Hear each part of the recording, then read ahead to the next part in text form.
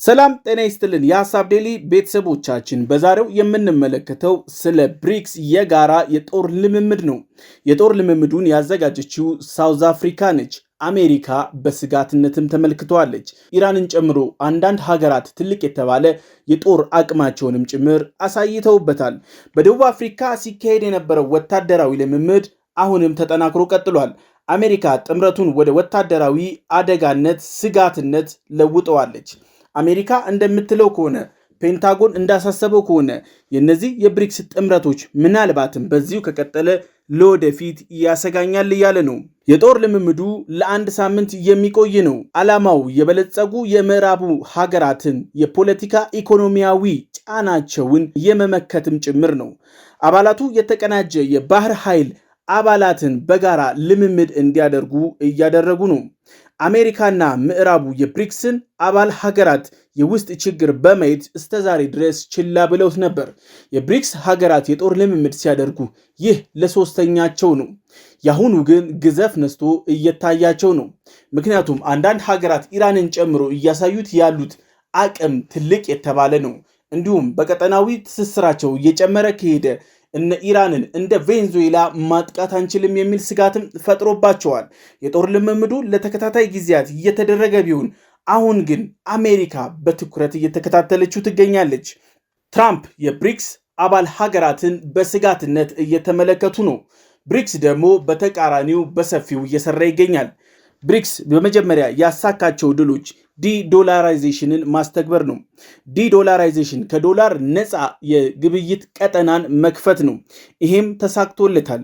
ሁለተኛ ብሪክስ የተሳካለት አይኤምኤፍን፣ ወርልድ ባንክን መገዳደር የሚችል ባንክ እያቋቋመ ነው።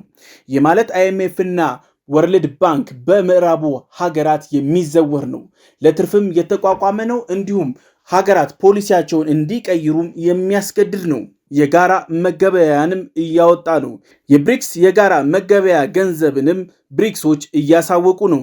አሜሪካ እንደምትለው ከሆነ የዚህ የጋራ መገበያ ገንዘብ ከታወጀ ወይም ስራ ላይ ከዋለ 100% የሚሆን ታክስን እጥላለሁ ብላለች በአባል ሀገራቱ ላይ። የብሪክስ አባል ሀገራት በትልቁ እየሰሩበት የሚገኘው የፖለቲካዊ ድጋፍ፣ የደህንነት ትብብርንም እያጠናከሩ መጥተዋል። ይህ ለምዕራቡ ሀገራት አስጊ ሆኗል።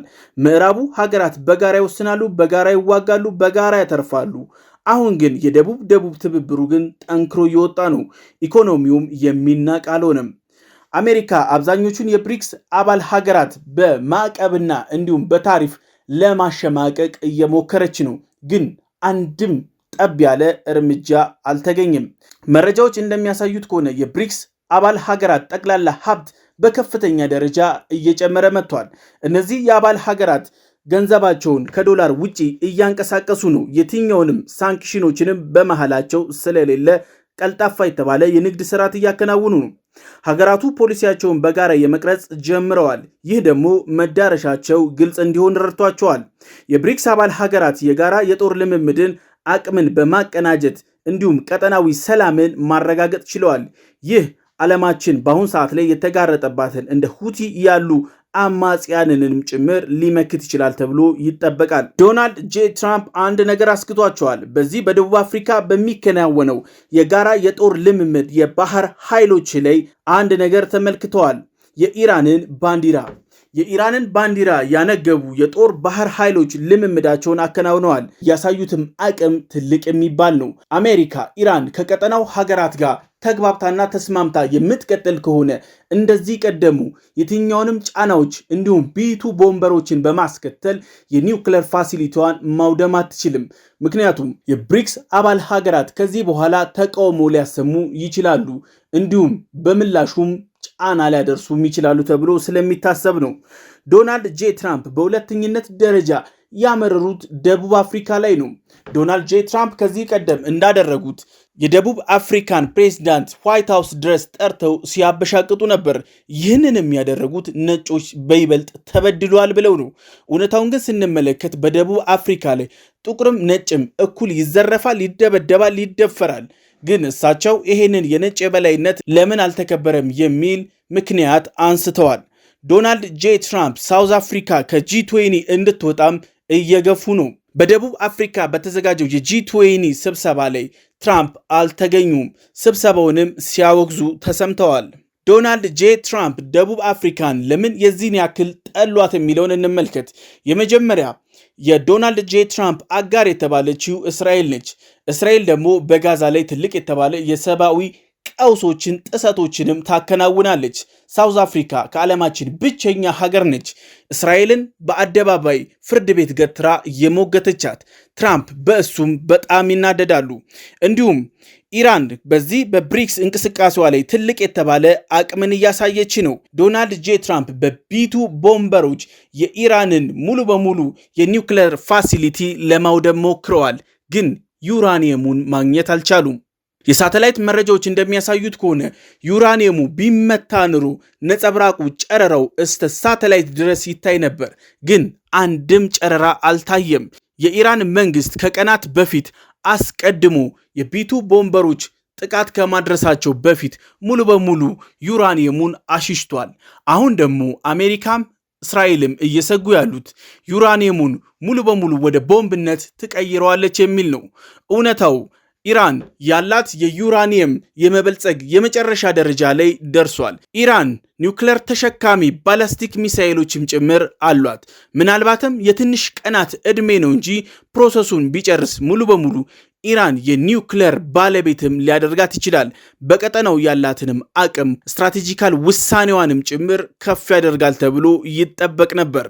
ግን ትራምፕ አሁንም በጥርጣሬ እየተመለከቱ ነው። ዶናልድ ጄ ትራምፕ በሰሞኑ እየተከናወነ ያለውን የኢራን አመፅን እንደ ምቹ ሁኔታ ተጠቅመው ለጥቃት ዝግጅት እያደረጉ ነው። የኢራን መንግስትም በተከታታይ ባወጣው መግለጫዎችም ማስረጃዎችም ጭምር ይህንን አመፅ እያቀጣጠሉ ያሉ ምዕራባውያን ናቸው። እስራኤልና አሜሪካ የአንበሳውን ድርሻ ይወስዳሉ።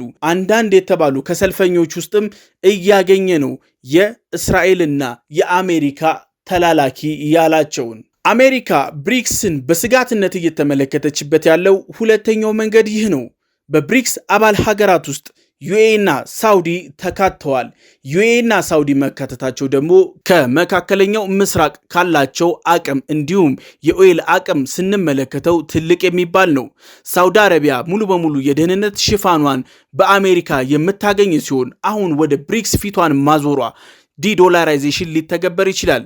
አሜሪካንን አሜሪካ አድርጎ እንድትቆይ ያደረጋት ፔትሮ ዶላር ስምምነትም ሊያበቃለት ይችላል። ሳውዲና ዩኤኢ መሰል ሀገራት ነዳጃቸውን ለሌሎች ሀገራት ያለ ዶላር በሀገራቱ ገንዘብ መገበያየት ከጀመሩ አሜሪካ አበቃላት ማለት ነው። የአሜሪካንን ኢኮኖሚ ቀጥ አድርጎ ደግፎ የያዘው ዶላር ዓለም አቀፋዊ ገንዘብ መገበያያ በመሆኑ ነው። ይህ ደግሞ በኢነርጂ ሴክተር ላይ ከወጣ አሜሪካ ትልቅ የተባለ ተጽዕኖዋን ልታጣ ትችላለች። ለዛ ነው ብሪክስን በጽኑ የምትተቸው። ዶናልድ ጄ ትራምፕ እንደሚሉት ከሆነ ብሪክስ የተቋቋመው ሙሉ በሙሉ የአሜሪካንን ፍላጎቶች ለመቃረን ነው ብለዋል። እውነታውን ስንመለከት ግን ባላንስ ለማድረግ ነው። ብሪክስ አሜሪካን ቬንዙዌላ እንዳደረገቻት ሌሎች ሀገራትን ማድረግ አይቻልም። የብሪክስ አባል ሀገራት በጋራ መቆም ጀምረዋል። በገንዘባቸው መገበያየት፣ ኢኮኖሚያቸውን ማስተሳሰርም ጀምረዋል። አሁን ደግሞ ሙሉ በሙሉ የጋራ የጦር ልምምድ እያደረጉ ነው። አሜሪካ እንደምታሰበው ከሆነ ኔቶን ጨምሮ የተለያዩ ህብረቶችን በመፍጠር ዓለም ላይ ትልቅ የተባለ ተጽዕኖ እያሳየች ነው። ተጽዕኖ ደግሞ የምዕራባውያን ስብስብ ነው። ይህ የምዕራባውያን ስብስብ አሁን የብሪክስ ስብስብ እያሰጋው ይገኛል። ምክንያቱም ጥምረቱ ከተራ ፖለቲካነት እስከ ትልቅ ስትራቴጂካል አጋርነት እያደገ ነው። አሁን ደግሞ ወታደራዊ ጥምረትም እየታየበት ነው። የደቡብ እንቅስቃሴ የብሪክሶች መሰባሰብ ትልቅ የተባለ አቅምን እየፈጠረ ነው። ያላቸው ጂዲፒ ምናልባትም ከዓለም አቀፉ ኢኮኖሚ አንጻር ስንመለከተው ግዙፍ እየሆነ ነው። ብሪክስን ለመቀላቀል በየቀኑ የሚያመለክቱ ሀገራት አሉ። ይህ ማለት ምናልባትም የቀጣዩ ዘመን መሪ ብሪክስ ሊሆን ይችላል ተብሎ ይጠበቃል። አሜሪካም በሁሉ ሀገር ውስጥ አለሁ የምትለው ጣልቃ የምትገባው ፈላጭ ቆራጭ ነኝ የምትለውንም ሊያስታግስም ሊያስቆም ይችላል ተብሎ ይጠበቃል። እነዚህ ሀገራት ትልልቅ የተባሉት እነ ህንድን፣ ቻይናን፣ ራሻን ይዘዋል። እነዚህ ግዙፍ የተባሉ ኢኮኖሚዎች ከደቡብ ትብብር ጋር ሲጨመቁ ትልቅ የተባለ አቅም ይፈጥራሉ። አሜሪካንን ያሰጋት እንደ ድሮ በሁሉ ሀገር ጉዳይ ላይ ጣልቃ መግባት፣ አዛዥ ናዛዥ መሆኗ ያበቃላታል። አሜሪካ ስጋቷ ይህ ነው። አሜሪካ ኢኮኖሚዋ አድጎ ሰርታ ኤክስፖርት አድርጋ አይደለም ገንዘቧን ያከማቸችው። አሜሪካ ጦርነቶቹን ሰርታ እንዲሁም ቬንዙዌላም ናይጄሪያም ለነዳጅ ስትል የትኛውንም ሬር እርዝ ሚነራል እንዲሁም ነዳጆችን በበላይነት ስትጠቀልል ነበር።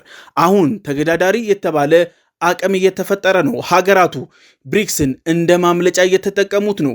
ብሪክስ ደግሞ በዚህ አካሄዱ የአሜሪካንንም የምዕራቡንም ተጽዕኖ ሙሉ በሙሉ ይቀለብሳል ተብሎ ይጠበቃል።